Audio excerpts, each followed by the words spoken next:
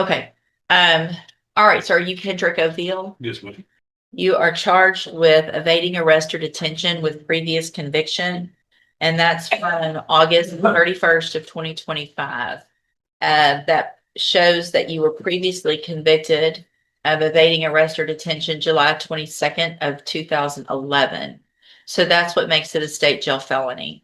Then the indictment further alleges you were convicted of attempted robbery, a third-degree felony, March 28th of 2013. And after that was final, you were convicted of assault, a third-degree felony, September 11th of 2019.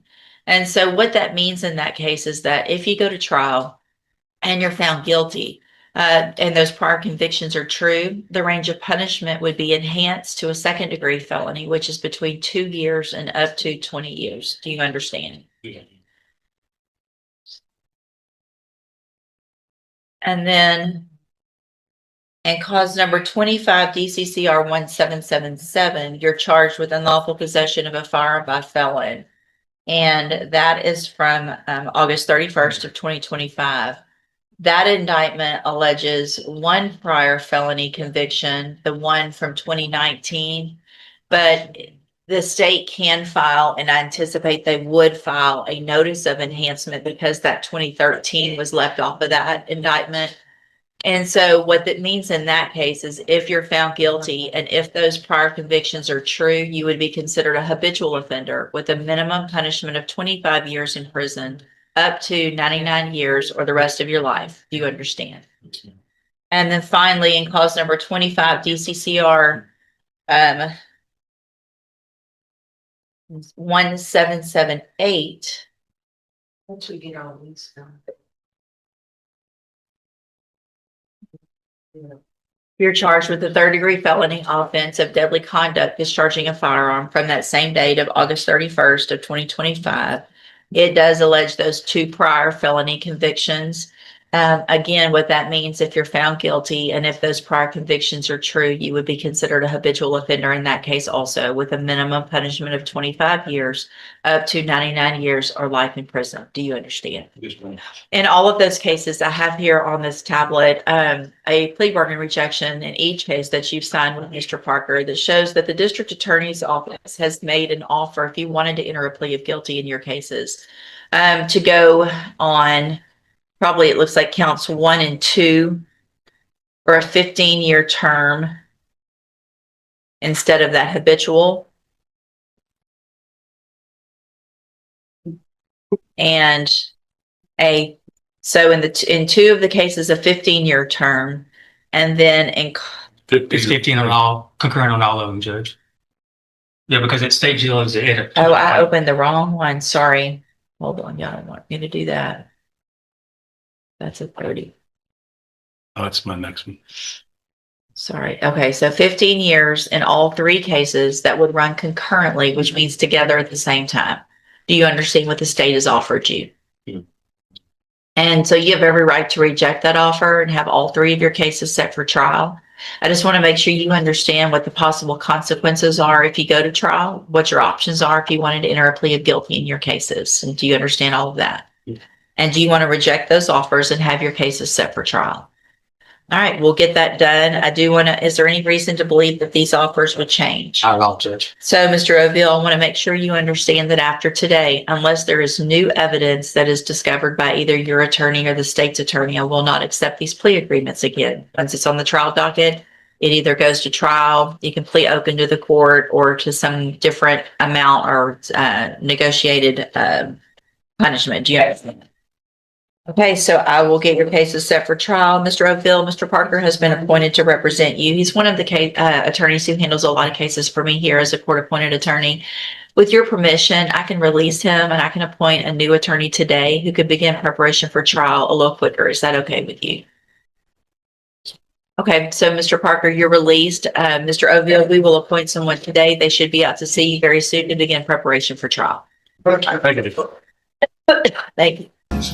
And Mr. James was previously in court, entered a plea of guilty to the first-degree felony offense of intoxication manslaughter with a vehicle. I've received the pre-sentence report and also a supplemental memorandum from probation that includes several letters from the victim's family members. Has everyone had an opportunity to review all of that?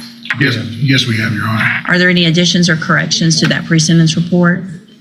No, Your Honor, I just want to make the court aware, Mrs. Addison, the deceased wife, would have been here today to do victim impact. She had to go to the hospital yesterday. She's able to tune in, I believe, and watch us. The rest of Mr. Addison's family is here, and his mother is going to want to do victim impact at the end of sentencing. Okay, thank you, Mr. Nichols. Any witnesses with regard to sentencing? No additional witnesses, Your Honor. All right, Mr. Lewis, you may make argument. Okay. Judge, of course, this was a very tragic situation that has affected a lot of people. Of course, the decedent, Mr. Addison, his family, as well as Mr. James and his family. It was a situation where, this was a combination of a long substance abuse history of Mr. James. The assessment that's provided in the PSI here says that there was about a 20-year relationship between Mr. James and different substances over a period of time. We have, the one thing I can say is that once Mr. James went through this situation with this accident, he has been doing everything he can to try to better himself. He has got his high school diploma. He's was baptized and has definitely changed his ways and going to his faith and continuing in that regard. He's also got some different certifications that he was able to receive dealing with OSHA. I think it was Men's University, things of that nature to try to better himself, Judge. Now, it's no secret he does have a long criminal history. That even included dealing with PCP, which is the same substance that was involved in this accident. And as well as, other serious offenses. I do want to address something as far as, I know there's some situations here dealing with the jail instances, and I know how the court proceeds or looks at the situation here dealing with those. Mr. James, if you look at these situations, majority of them did come from situations involving him and other inmates, as far as any type of fight or anything like that, which unfortunately some things he can't avoid. But as far as anything dealing with being disrespectful or anything towards jail employees or things of that nature, there's one situation I think that they were talking about that it wasn't an actual write-up, but it was notated. He has been a trustee over there for a period of time at the jail as well. Now, I do want to point out that, of course, some of those situations that Mr. James was able to do to better himself, of course, could definitely increase his earning potential as far as what he has as far as his job situation. He does have significant family support. His brother is here today in the courtroom, who in any way is there to try to help him, including helping secure employment. My understanding is the plan, once he is able to be released, is for him to be moved to Houston, Harris County area, to be close to his brother, to help him with everything over there. Now, PSI did have a recommendation for his different vehicles that support that's available to him through the probation department. What I will say is that everything that has been recommended, he definitely needs and will be better for him. We are not, and ourselves are not asking for a specific number or anything like that. We just want him to be able to, of course, make amends for this situation as much as possible, which could include some of the restitution there, I think is the amount is over $100,000 for his restitution there to the family. Now, like I said, he has made a plan to try to better himself. He has a family that supports him. He is doing everything he can. He understands that this was a tragic accident, but one he was definitely responsible for. And what we're asking for is as much leniency as possible from the court for him to be able to move forward with the situation, be able to make amends as much as possible. And I think he did provide a letter to the court as well to kind of speak to that as far as an apology letter that was to the family, his family, the family of the victim, as well as to the court, Judge. And I've received that. And so that's what we're asking for today, Judge, is for everything to be considered. We understand this is, you can't bring that person back. He can't just go back to make amends with Mr. Addison, but he wants to try to make as much of amends he can to society and do better going forward, Judge. Thank you, Mr. Lewis. Mr. Nichols. Your Honor, I think any consideration to Mr. James's due was given when he got a 50-year cap. I have no hesitation asking the court to exercise the full 50 years. This case is one of the worst intoxication manslaughters. It's on video where he plows into Mr. Addison, who's at a stoplight on a motorcycle, and while trying to get away, runs over him and the motorcycle again. It's horrific, Your Honor. What is also just inconceivable to me is that a man who's on parole for several possessions of phencyclidine, PCP, finds himself behind the wheel on PCP again. And this time it ends in the death of somebody. His criminal history is extensive. It starts with minor drug offenses, then a conviction for aggravated robbery, and then I believe it's 5 drug convictions all at the same time in 2020, for which he was quickly paroled out and on parole when this happened. The fact that he gets to make plans in his mind for a day he's set free, I find rather offensive, and I think the Addison family finds offensive. They lost a son, a brother, a husband. There's nothing we can do in this courtroom makes that better. And sometimes the justice system is a poor substitute for what people lost. I think the best we can do at this point is this man spend 50 years in prison where he cannot hurt anybody else due to his own selfish decisions and continued use of substances. It's in the pre-sentence report. He minimizes his own addiction, his own dependency.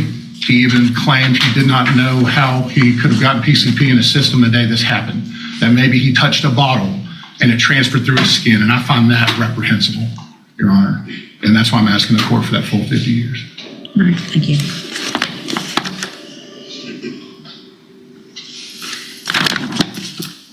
So, Mr. James, a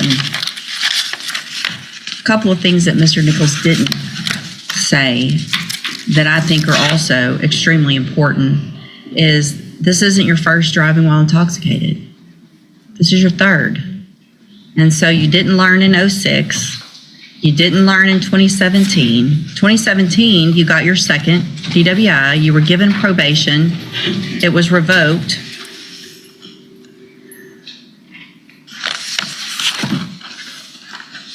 I appreciate that you entered a plea of guilty because for myself and for the family, I'm glad we didn't have to see what it looks like this would look like on a video, because it is just horrible. And the fact that you are truly saying that you think you touched something and got PCP when you have had PCP cases over and over and over again, and you're on parole for possession of a controlled substance and you kill someone.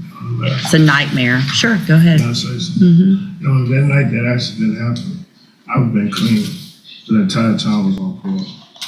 Okay, I stopped off at a friend's house and gave him some advice about what he was doing. And during that time, I did contact a bottle of his. I was not high at that time, but at all. It was in your I would take- system. Yes, ma'am. If you know how to fight them.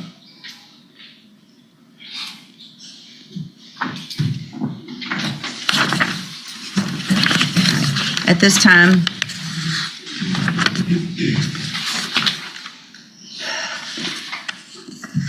based on your history, based on the nature of this offense, I'm going to find that you entered your plea of guilty freely and voluntarily. I'm going to find sufficient evidence to find you guilty, and at this time find you guilty of intoxication manslaughter.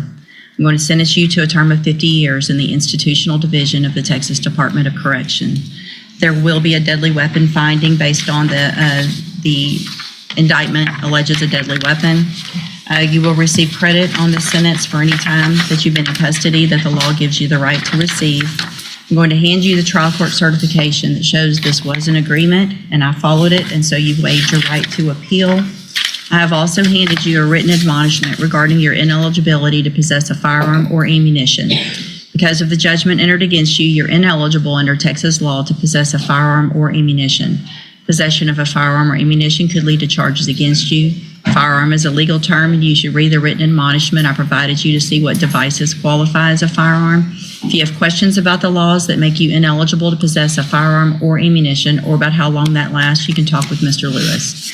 There's really so many other things I could say about how horrible this is, and rarely am I out of words, but I really don't have the words to say what a tragic circumstances based on your behavior this led to.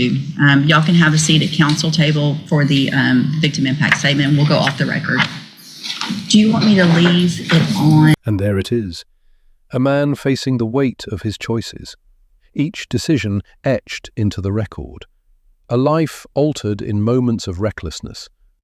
The courtroom holds the echoes of tragedy, the voices of those lost, and the sobering truth of accountability. Even in remorse, even in plans to rebuild, the consequences cannot be erased, only acknowledged